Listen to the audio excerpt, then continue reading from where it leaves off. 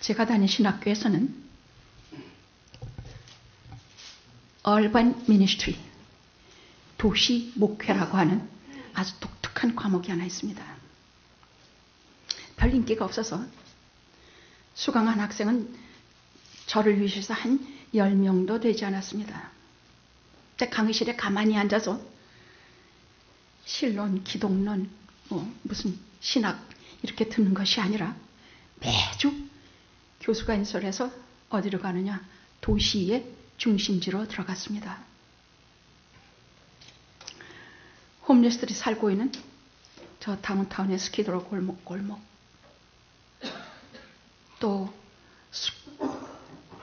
저 끝까지 길게 늘어서서 무료 급식을 받는 사람들,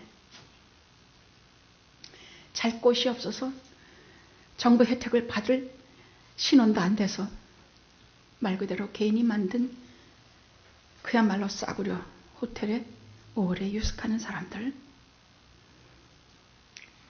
우리가 예수 믿는다고 할 때에 우리는 보통 아무리 그래도 아파트 한가는 있고, 그래도 우리가 이런 규범 속에서 예수를 믿는다고 하는데, 그때 제가 매주 가면서 느낀 것은 이들에게 복음을 어떻게 전할 것이냐.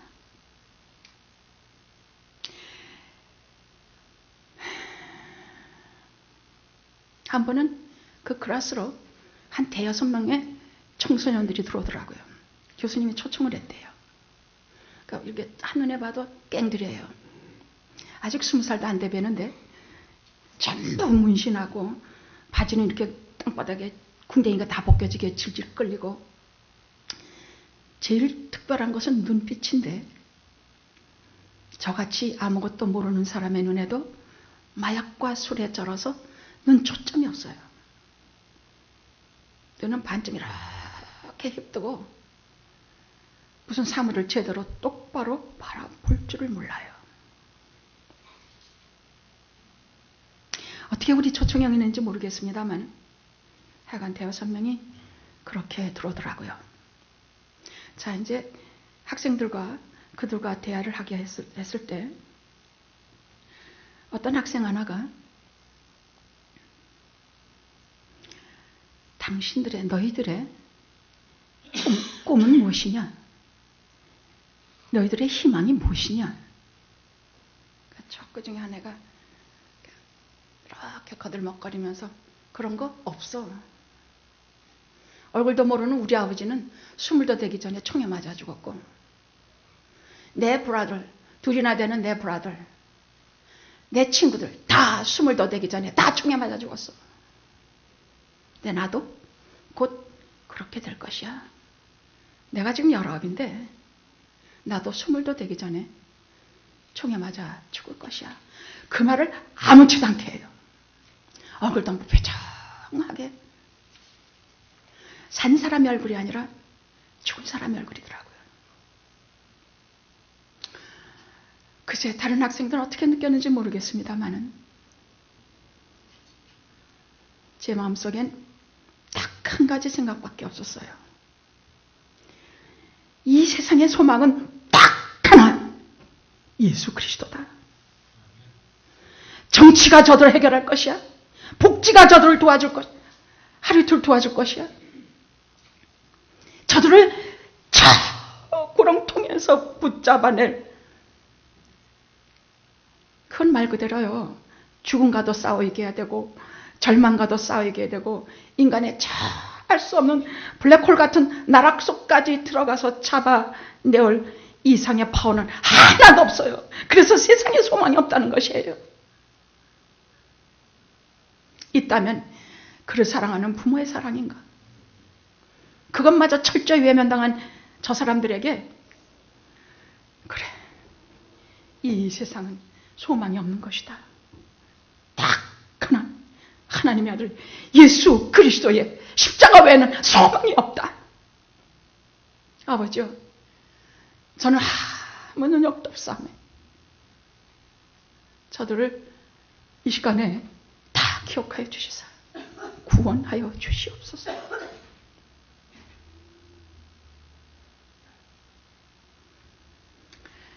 1997년 3월에 서울 구치소에 부활절 기념 예배가 열렸습니다. 제가 어떤 책에서 본 얘기예요. 목사님들이 간증한 책 속에서 제가 본 얘기인데, 그 순서 중에 특송이 있었는데 사형수 8명의 특송이에요. 가시면은 이미 다 판정을 받아서 사형 날짜만 기다리는 사형수에게는 오른쪽에 빨간 명찰을 붙인다 그래요. 8명이 다 빨간 명찰을 붙이고 나서 부른 노래가 무엇이냐? 세상에서 방황할 때 나 주님을 몰랐네. 마음대로 고집하며 온갖 죄를 저질렀네. 예수여, 이 죄인도 용서받을 수 있나요? 불과 며칠 살지 모르지만 사는 날 동안에 내 몸과 마음을 다 바칩니다.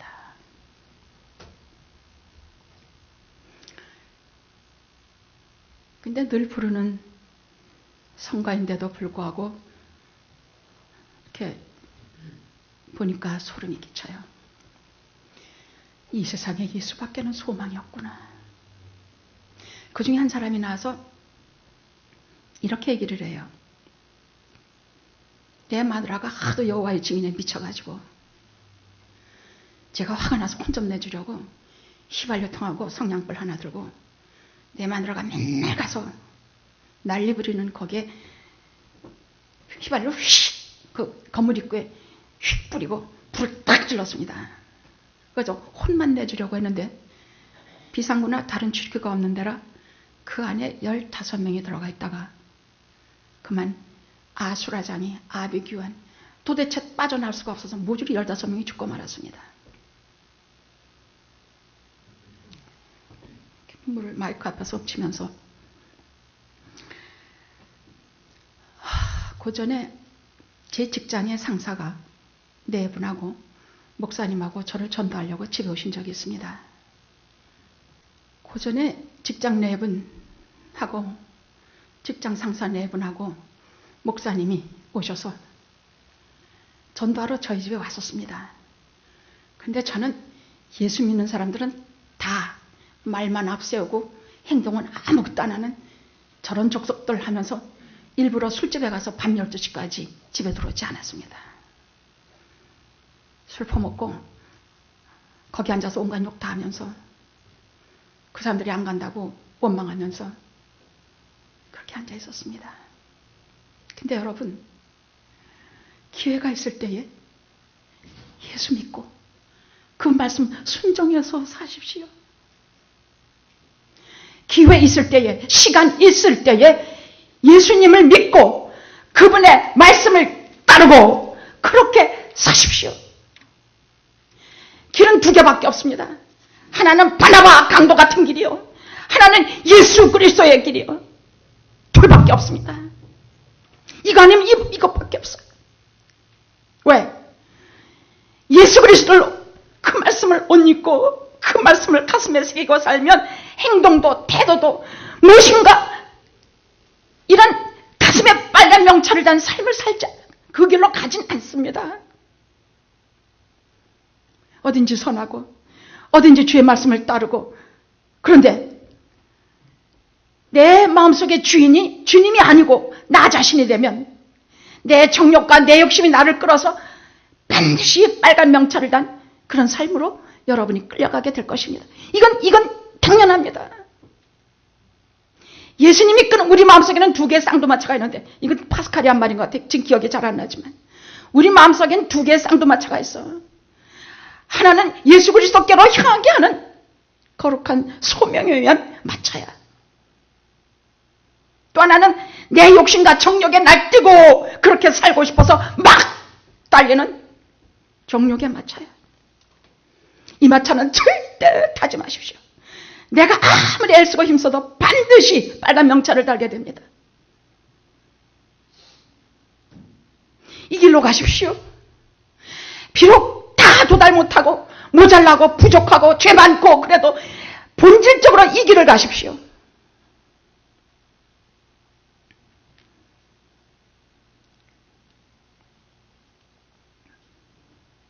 그래서 어떤 분이 그 사람에게 물었다고 합니다.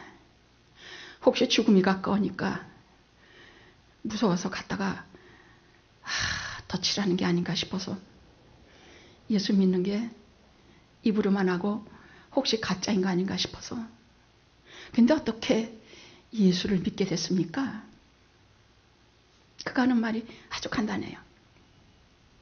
하나님의 아들이 세상에 오셔서 내 죄를 대신, 나 15사람 불에 타 죽는 꼴을 본 내 죄를 대신해서 십자가에서 피를 흘리시고 돌아가셨어요. 근데 내가 죄값으로 죽어야 돼요. 근데 내가 죽음을 두려워하지 않아요. 그분이 부활하시면 그분을 믿는 우리 모두에게 부활을 주신다고 약속하셨기 때문이에요. 나는 그래서 영생을 믿어요. 그저 시간이 많지 않은 것뿐이 아니 됩니다. 내가 사용해주면 내 모든 장기들은 다 그걸 필요한 사람들에게 주십시오. 나는 하루에 할 수만 있으면 3곡씩 찬송 부르기로 했습니다. 난 할 수만 있으면 시간마다 나를 위해서가 아니라 내가 죽인 15사람을 위해서 기도하고, 할 수만 있으면 여호와의 증인에 미쳐버린 내 마누라를 위해서도 저는 기도 못합니다.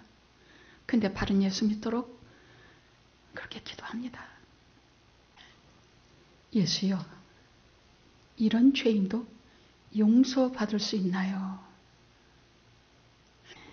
여러분, 기둥에다가 못을 막 박으면 이거 못을 빼도 자국이 남지요. 모든 죄는 자국이 남습니다. 그래서 죄를 절대로 우습게 여기지 말라는 말이에요. 이 죄는 우리가 용서를 받아요. 회개하고 하나님 앞에 하면 용서는 받아요.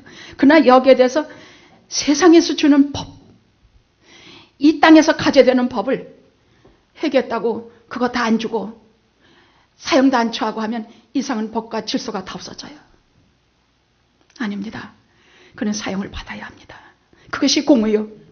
사랑은 그의 영혼이 구원을 받아서 영원한 세계로 들어가는 것입니다. 이것이 하나님의 사랑이요. 이것이 하나님의 공의입니다. 다윗이 수많은 죄를 저질렀, 다윗이 그렇게 제대로 신앙생활을 한 사람인데도 불구하고 그가 죄를 졌을 때에 그의 회개는 인류 역사상 그런 회개한 사람은 없어요.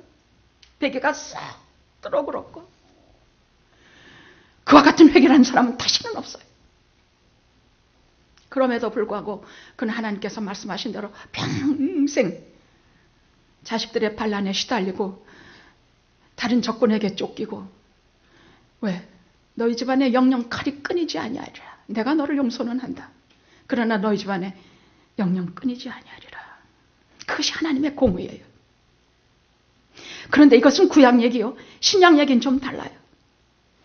영영 끊이지 아니하는 그 모든 죄와 벌이 그리스도가 십자가에 지심으로 다 가져가셨어.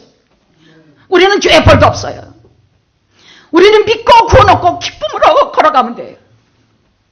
까부질들 말고, 죄 짓는 거 함부로 짓지들 말고. 십자가 강도는 마지막에 구원받았으니까 나도 큰 나쁜 짓 하다가 그 마지막에 회개는 아무나 할 수 있는 줄 알아요. 회개도 하나님이 주시지 않으면 할 수가 없는 것이 회개예요. 진짜 회개예요. 그러니까 할 수 있으면 우리는 내가 구원받은 거 감사하면서 이 길이냐 저 길이냐, 바라바 같은 강도 같은 길을 가느냐 아니면 예수 그리스도 옷 입고 걸어가느냐, 둘 중 하나를 택해서 갈 수밖에 없는 존재들이에요. 다른 길은 없어요. 요즘 본 사건 중엔 세월호가 그중 엉터리 같아요. 유족들도 마음 아프긴 하지만 그 난리를 부릴 수가 없고, 아무도 책임지는 사람도 없고 책벌도 없고, 모질이다 유병원인가 뭔가는 시체로 나타났다 그만이고. 세상이 공의와 진실한 공정한 법이 없어지면 이 꼴이 돼요.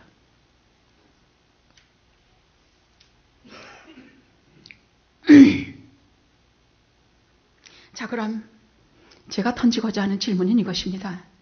그럼 그 사형수, 그 깽단 아이들, 걔네들만 죄인인가? 걔네들만 죄인인가? 걔네들만 사형 받을 만한 사형수인가? 아니요. 성경은 그렇게 말씀하고 있지 않아요. 하나님 앞에 서면 누구를 막론하고 다 빨간 명찰을 단 사형수라고 말씀하고 있어요. 그 실제로 그래요. 예수 이름을 부르지 않으면 우리는 말 그대로 빨간 명찰 다고 언제 사형당할지 모르는 대로 잡혀 끌려 들어가 영원히 저 밑으로 지옥으로 떨어져 버려요. 여러분 제 말 우습게 알지 말아요. 하나님의 나라가 존재하면 지옥이 존재해요. 공의의 하나님이세요. 그때는 아무리 몸부림쳐도 소용이 없어요. 이 땅에 사는 동안에 모자라던 적던 크던 죄 많던 예수 그리스도의 길로, 그분이 말씀하신 길로 따라서 순종해 가야 돼요. 방법이 없는 거예요.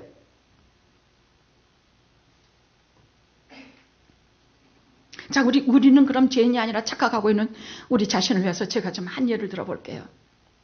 잘 아시는 집사님이 젊은 날, 그저 젊은 날 전부 도박으로 탕진하고 돈도 탕진하고 뭐 간신히 이혼만은 면하고 살면서 예수 믿고 새 사람이 됐다고 기뻐하는 걸 봤어요. 그래서 주위에서들 권고하기를 한번 자서전을 써보십시오. 그래 내가 이렇게 지금 새 사람 돼서 은혜 받고 내가 지금 진실하고 은혜로운 삶을 살고 있으니까 내가 좀 자서전을 써버리라 하고 밤에 펜을 탁 쥐고 앉았는데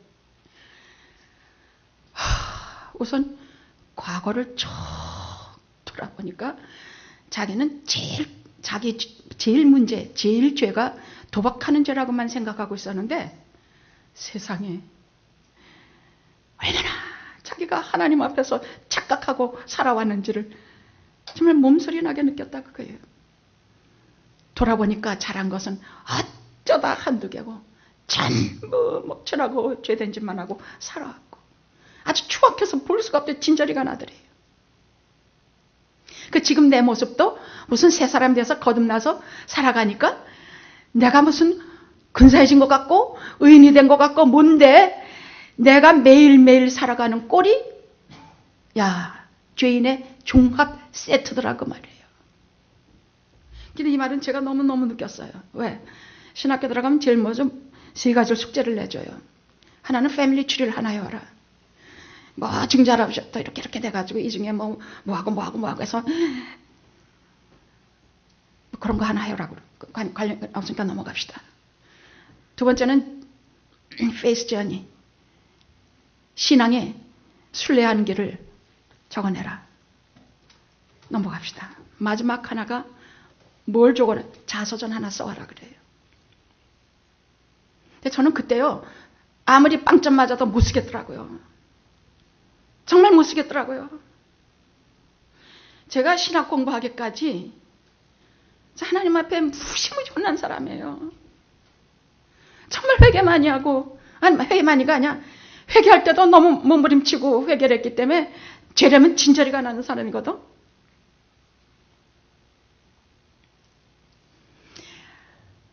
전에는 말하고 싶지 않아.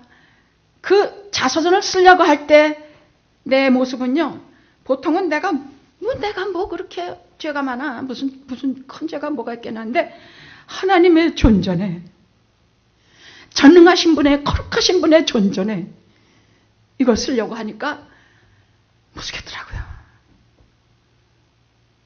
나 행한 것 죄뿐이니 주 예수께 비옵기는 혹물로나 혹불로나 날 정케 옳게 하옵소서. 결국 못 내고 말았어. 너 왜 숙제 안 해와? 그래서 혹시 위선 부리게 될까봐 말도 잘 못하고, 내가 제일 교회에서 싫어한 게 위선이었는데 아주 위선은 필수로 부리고 앉아있더만 내가. 말도 잘 못하고, 제가 너무 죄가 많아 그렇습니다. 말도 못하겠고, 가만히 서 있었어. 가만히. 지금 누구든지 자서전을 낸다 그러면 난 그 사람 자세히 봐요. 저 사람 또 얼마나 거짓말을 해댔을까. 진실한 자서전은요, 죄밖에는 쓸 게 없어요. 생각도 안 나요. 간혹 어떤 분이 그 전에 내가 사과 다 썩은 것 같고 길거리에 울고 앉아있는데 미수유가, 저 처녀 때 미수유예요. 미수유가 그 썩은 사과를 다 사가지고 가서 내가 그때 이렇게 고맙습니다. 나중에 그런 분도 나오고 뭐 몇 번 칭찬이 뭐 나오더만. 근데 그거는 손가락 꼽을 것이고, 너 때문에 내가 무슨 말을 들었는데 내가 평생 속이 상했다.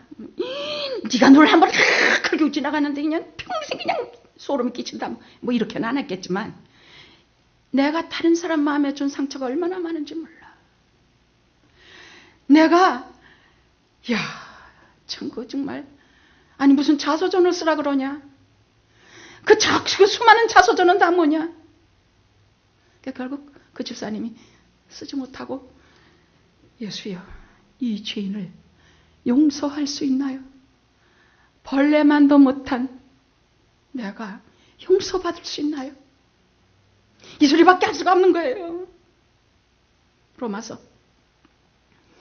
세상에 의인은 하나도 없으니 하나도 없도다. 모두 다 똑같이 죄 속으로 들어가서 온갖 악독과 저주와 수군수군하는 것과 당짓는 것과 미워하는 것과 뭐하는 것과, 그게 너희들 모습이야. 참 모습이야. 그럼 이 땅에 인간에게 희망을 하나님이 두세요? 이 땅에 아무리 성경에 보면 제일 하나님께서 마음이 아픈 사람이 다윗이었어요. 그럼 다윗은 죄가 없어요? 아니에요.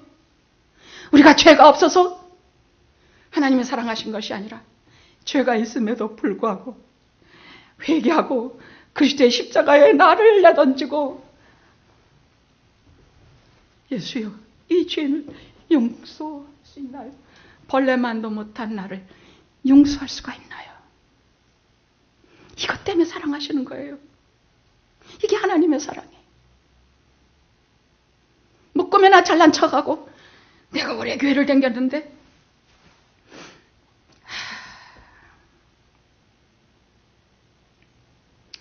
비교적 저는 어디에 가도 다들 좋아하더래요. 굉장히 특별대를 받는, 제가 목사라는 거 모르는 분들도 상당히 특별대우들을 하는 게 많아요. 혹시 제가 다른 게 있다면 그 사람의 말을 진심으로 들어주는 것이야. 그때는 조금 의심하면서 제가 너무 사람한테 잘 속으니까 그렇게 해도 집에 들어가서 기도할 때는 언제나 진심으로 그 사람의 말을 경청해요. 엎드려 기도할 땐 하나님께서 그 가정에 복을 주시고 물질로 고생하지 아니하도록, 병마로 고생하지 아니하도록, 저한테 거짓말했건 안 했건, 저한테 나쁘게 했건 안 했건 돌아가서 밤중에 기도할 자리는 늘 그렇게 해요. 그래서 사람을 대할 땐 어딘지 모르게 진심이 보이고 사람을 가짜로 대하는 법이 거의 없다고 저는 착각하고 살아요. 근데 그거는 나를 좋아해 주는 사람이 안에서예요. 날 보고 손가락질하고 뭐 어쩌고 저쩌고 하면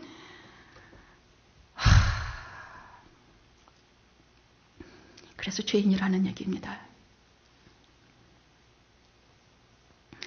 그 사형수들만 죄인이 아니고 하나님 앞에서 우리는 모두 사형 선고를 받고 이제 지옥으로만 갈 날만 기다리고 있는 사형수와 같은 죄인들이라는 얘기예요.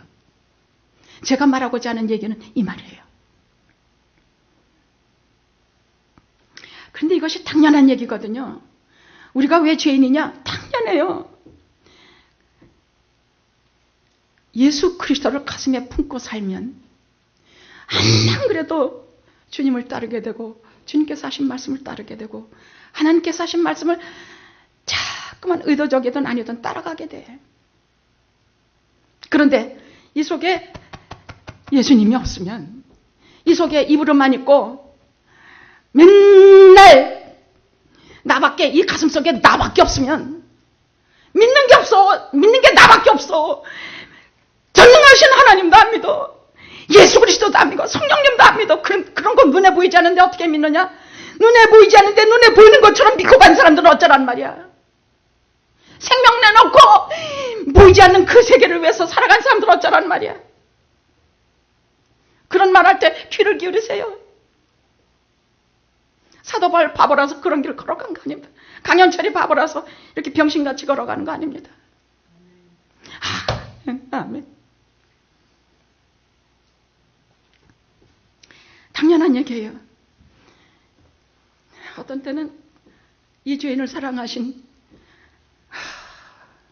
하나님의 사랑 때문에 심장이 벌렁벌렁 뛸 때가 있어요. 걸어가다가도 땅바닥에 덜벅 앉을 때가 있어요.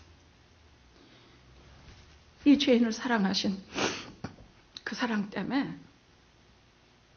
그리고 보면 어떻게 되냐? 자연히 다른 사람한테 이 죄인이 무슨 다른 사람 욕하고 뭐 싸우고 뭐 그럴 게 어디서 그냥 이게 죄인이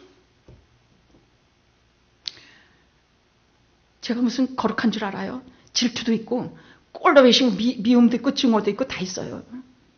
근데 그게 주님 사랑 때문에 극복이 되는 것뿐이에요. 그걸 나타내지 않을 수 있는 것뿐이에요.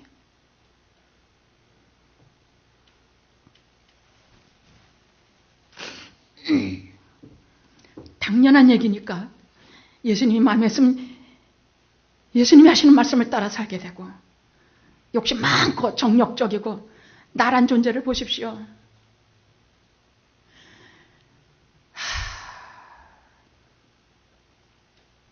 나란 존재는 뭘 바라고 삽니까?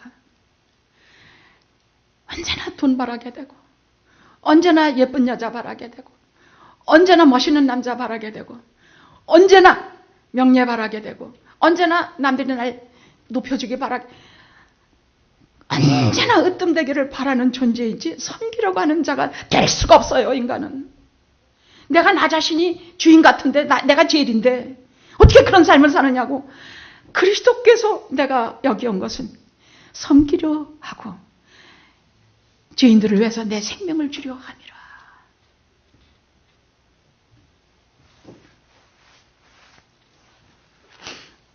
자, 우리가 여기서 꼭 알아야 될 것, 우리 어떻게 구원받아요? 로마서 8장 29절에서 30절에 네 가지의 구원의 황금고리가 나와요. 그걸 황금고리라 그래요. 제일 첫 번째는 뭐냐? 우리가 어떻게 구원을 받느냐? 어떻게 구원받는지, 우리 여기 어떻게 왔는지 우리는 몰라요. 왜냐하면 4개 단계 중에 3개는 하나님께서 하시는 오묘하신 섭리이기 때문에 우리는 몰라요. 딱 하나가 있어요. 오늘 그걸 말하는 것이에요. 바라바냐? 예수냐? 우리가 구원받는 단계는요, 로마서 8장, 로마서 8장에 나오는데, 거기에 제일 먼저 예정이라는 것이 나와요. 우린 그건 몰라요. 하나님께서 언제부터 예정? 저 창세전부터 내 이름을 기억하시고 내 전자를 아시고 동그라미를 딱 꺼내서 이건 내가 내 걸로 찾아온다. 뽑았다. 선택했다. 구원을 주겠다. 작정하신 것이에요. 그래서 그게 무슨 창녀든 세리든 무슨 어떤 살인자든 상관이 없이 때를 따라서 그에게 말씀을 주시고 때를 따라 다 뺏어가셔서 돌아올 수밖에 만드시고 생명을 취하기까지 하나님께서 아픈 사연을 주게 하셔서 하나님께로 돌아오게 하세요. 목사님 내가 난데없이 돈 다 잃어먹고 병들고 뭐하고 제가 이렇게 됐습니다. 그러면 그때 구원의 문턱에 가까이 온 걸 정말 감사하십시오. 그런 거 안 당하고 얼마나 좋냐. 그러니까 빨리빨리 항복하고 돌아오는 게 제일이에요. 고집 부리지 말고. 자, 예정이에요. 그건 우리가 죄인이었을 때 하나님 앞에 선한 거 아무것도 한 것 없었을 때 하나님께서 예정하셨어요. 현철이 요거 너 아무리 까불어봤자 너는 아무날 1985년 3월 19일에 내가 너 잡아다가 내 새끼로 만들겠다. 여러분 다 그렇게 쏘신 것이에요. 근데 이건 우리가 몰라요. 어떻게 이렇게 되는지 하나도 몰라요. 그냥 내 마누라가 예수님과 교회 따라왔습니다. 난 그저 이 교회 저 교회 댕기다가 영어 깨워가지고 예수 믿는 게 뭔지 이때 알았습니다.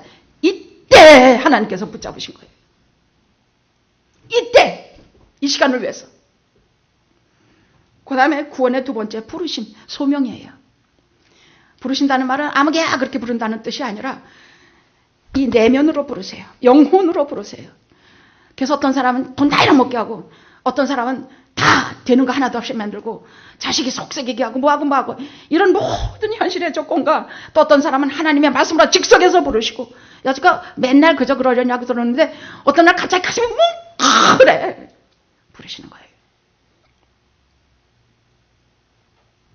세 번째는 이건 칭의인데 의롭다 하심이에요. 근데 그 전에 반드시 필수적으로 따라오는 게 회개와 중생이에요. 회개와 중생은 우리에게 하나님께서 주시는데 이것도 우리가 만들어 못해요. 회개할 때 우리를 중생하시면서 동시에 하나님께서 칭의, 너는 의롭다. 이렇게 법적으로 선언을 해줘요. 여기도 우리가 몰라요. 이 세 번째 과정까지는 우리가 하나도 몰라. 근데 이 네 번째 과정, 구원의 마지막 우리가 황금의 삿을 성화예요. 이거는 구원받은 백성들이 철저하게 우리가 거룩한 생활을 해가야 되는 책임과 의무를 가진 것이 성화예요. 이건 우리의 몫이에요. 세 가지까지는 하나님의 몫이지만 성화 한 가지는 우리 책임이에요.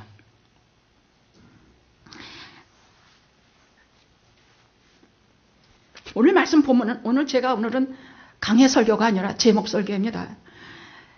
이제 사순절이 닥쳐오면 그때 가서 그리스도의 십자가에 대해서 얘기해 줄 것이에요.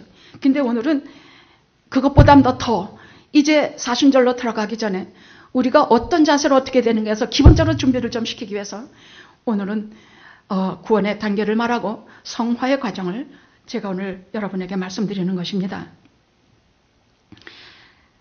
자, 빌라도가 오늘 본문이 무슨 말이냐? 빌라도가 예수님 이리저리 별 신문을 다 했는데도 아무리 봐도 죄가 없어. 여기 오늘 몇 절에 그 말이 나오죠? 38절에 성경 있으면 읽어보세요.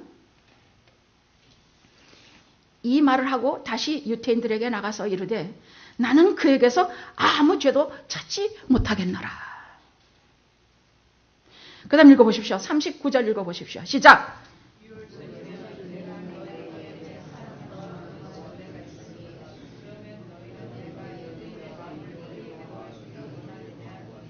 무슨 말인가? 암만 해도 예수님을 잡아 죽일래야 죄가 없어. 암만 해도 없어. 그러다 와이프가 여보 내가 어젯밤 꿈에 너무너무 기분 나쁜 꿈을 꿨습니다. 그분을 괴롭히지 마십시오. 무슨 꿈인가? 기독교에 전래되는 게 있는데 저 끝에서 끝까지 수많은 무리가 본디오 빌라도에게 고난을 받았사. 고단 무리가 본디오 빌라에게 고난을 받았사. 본디오 빌라도 지금 우리 안 그렇습니까? 우리 사도신경 외우는데 본디오 빌라도에게 고난을 받아서 말을 수억의 머리가 수천 년 동안 우리 얼마나 이 말을 해요. 그걸 여자가 꿈으로 다 본 와이프가 여보 그 사람 건들지 마세요. 그러자 그딴 말 들어서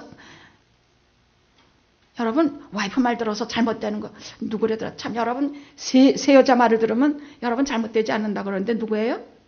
첫째 엄마 말 잘 들으면 잘못되는 거 없대요. 두 번째 누구요? 누구? 몰라요? 마누라 말 잘 들으면 잘못되는 거 없대요. 그래요 안 그래요? 그렇죠? 와이프 말 좀. 그 다음에 세 번째 누구? 목사님 어떻게 저렇게 잘할까?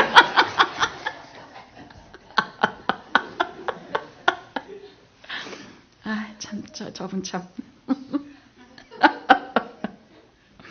목사님 말 잘 들으면 새 여자니까 영화계에서만 통용합시다. 하여간 여자들 말을 잘 들으면요. 아나니아 사피리와 같이 말하면 돼요. 그건 사도행전에서 즉석에서 죽은 사람들이니까 마누라 말 듣다가 또 이브도 그랬구만. 이제 여자 말을 나쁘게 말할 땐 듣지 마십시오. 좋은 말할 때 들으십시오. 빌라도가 그렇게 말하니까 야 6월절이면 대명절인데 이때쯤이면 유태인 너희들 그 법에 한 사람씩 죄수를 놓아주는 릴리즈해주는 그런 법이 하나 있어. 근데 야, 예수를 놓아주랴, 바라바 그를 놓아주랴. 꿈에도 생각 못했어요. 이 빌라도는 전에 유태인의 왕 예수님을 놔주라고 할 줄 알았지.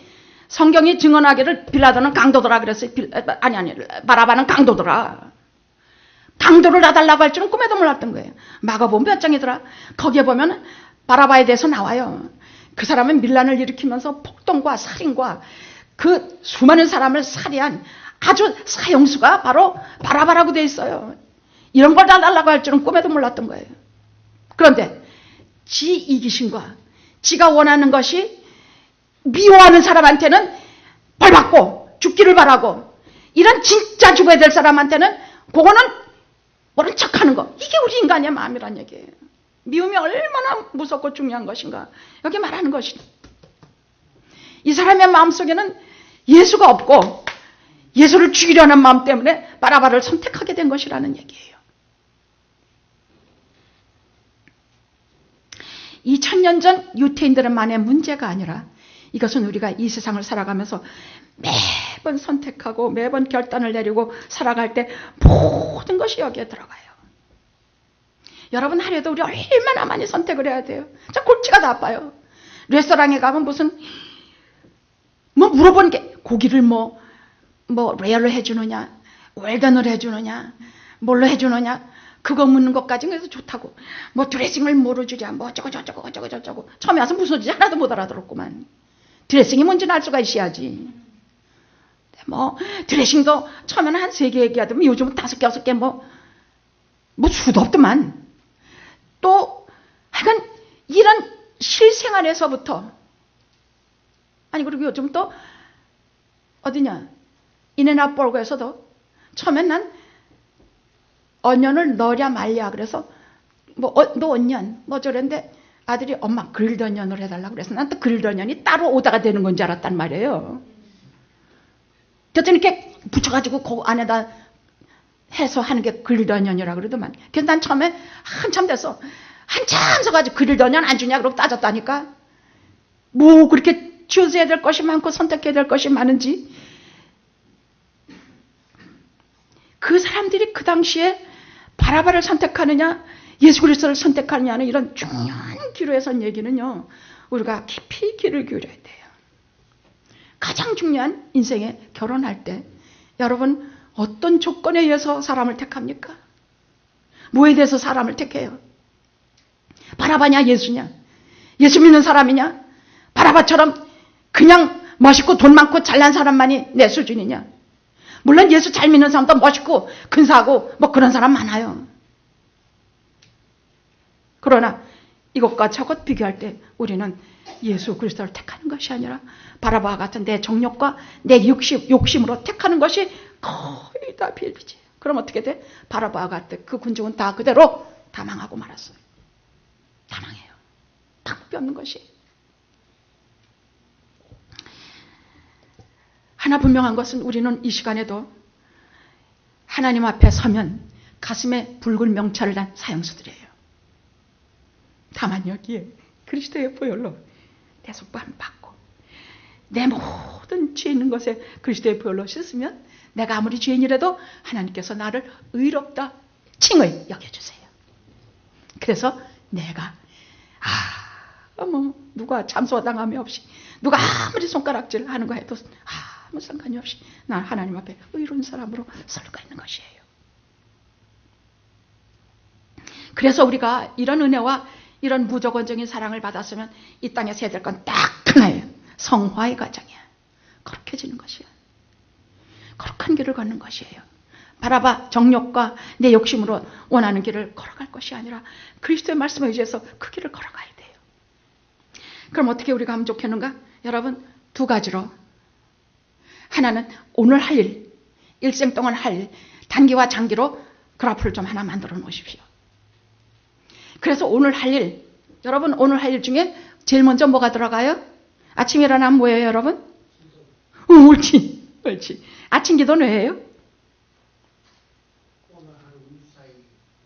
옳지. 오늘 하루 무사히 인도해 주실 것을 기도하시고 하루를 시작하십시오. 응? 이제부터는 그거 꼭 그렇게 하세요. 이게 성화의 길의 시작이에요. 거룩한 길의 시작이에요. 기도 없이 시작하면 저는요 제일 기도를 심각히 할 때가 뭐 물론 여러 가지가 있습니다만은 교인들하고 이거 결투를 벌일 때예요. 무슨 결투냐? 교회 안 나오겠다 그러고 딴짓하러 돌아다니고 말 안 듣고 뭐하고 할 때는요. 제가 그 사람을 만나서 아니면 전화로 얘기하기까지 얼마나 기도를 많이 하고 나가는지 몰라. 사생결단 기도하고 나가요. 하나님 이 영혼 붙잡아서 주의 전에 오게 하시고 여러분 교회는 괜히 다니는 것이 아니에요.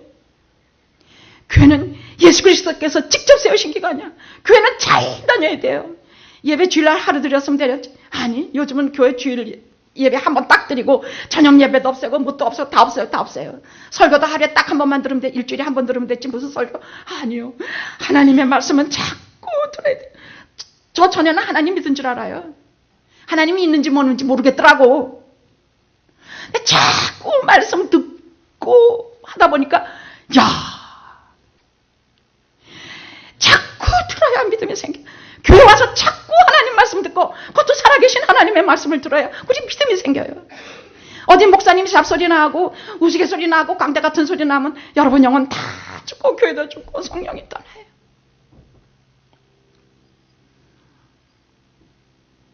눈 뜨면 제일 먼저 오늘 하루 인도해 주십시오. 기도하십시오.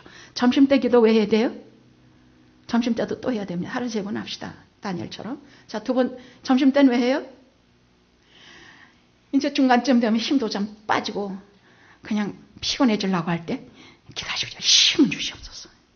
오늘 이렇게 아침부터 열심히 뛰었으니 이제 또 힘을 내서 오늘 잘 살아갈 수 있도록 힘을 주시옵소서.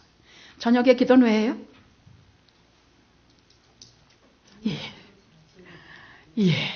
예. 오늘 하루에 대한 감사. 여러분, 제가 하는 감사 중에 가장 많이 하는 감사가요. 오히려 이 일반 은총이에요. 하늘을 이렇게 바라보고 어제는 비 오는 빗방울 바라보고 세상에 그 바람, 그 햇빛, 그 들꽃, 풀꽃, 이야 감사 찬미가 경배가 저절로 나와요. 이것이 전부 다 우리를 하나님이 계시다는 것을 우리에게 보여주시며 알려주시며 하나님의 사랑을 감각으로 육안으로 우리의 모든 체험으로 다 알게 하시는 하나님의 일반 은총이라 그래요. 특별 은총은 어떤 것이냐? 이렇게 말씀을 직접 들려줌으로 해서 내 영혼이 감동감화 받는 것이 특별 은총이에요. 이것을 감사하면서 그 다음에 기도하시고 그때 하나 꼭 정하세요. 오늘 내가 부를 찬송을 하나 정하세요. 오늘 내가 부를 찬송. 아침에 딱 뜨고 기도를 탁 하고 점심 때 하고 그때 한 번씩 오늘 주제곡. 일생의 주제곡은 저는 하나 있어요. 여러분 일생의 주제곡이 뭔지 세상 떠날 적에는 주로 그걸 들려주더만. 근데 여러분 오늘의 주제곡 하나씩 정하세요. 오늘 주제곡은 여러분 이따가 찬양대가 하겠지만은 그것도 있고 또 오늘 후에 그 다음에 부를 찬양 이런 것들 중에서 하나를 택하셔서 오늘의 주제곡을 하루에 3번 부르십시오. 기도할 때 기도하고 나서 부르고 점심 때 부르고 또 저녁 때 부르고 자기 전에 부르고 그러면 또 뭐 하느냐? 그 다음에 일터나 일하는 데 나가서 어떻게 하느냐? 여러분 어떤 경우에도 그리스도께서 하신 최고의 주님이 주신 이건 황금일이라 그래. 너희가 대접을 받고자 하는 대로 남을 대접하라. 일터나 밥벌이 하는 데 나가서요. 정말로 거들먹거리고 뭐하고 하지 마십시오. 마음을 다해서 그 사람을 대하고 그 사람을 친절히 대하고 그 사람을 배려하고 말 한마디도 싸가지 없이 하지 말고 진심을 다하십시오.